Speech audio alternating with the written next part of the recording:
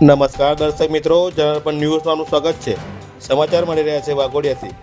Waghodia police station ખાતે police જવાનોની હેલ્થને ધ્યાનમાં રાખીને મેડિકલ ચેકઅપનું આયોજન કરાયું।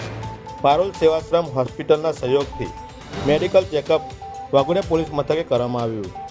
પોલીસ સ્ટેશનના 80 જેટલા પોલીસ જવાનો તેમજ સ્ટાફના તમામ પોલીસ કર્મીઓએ મેડિકલ ચેકઅપનો લાભ લીધો હતો। Bureau report, general news, Pankaj Vasava, Waghodia.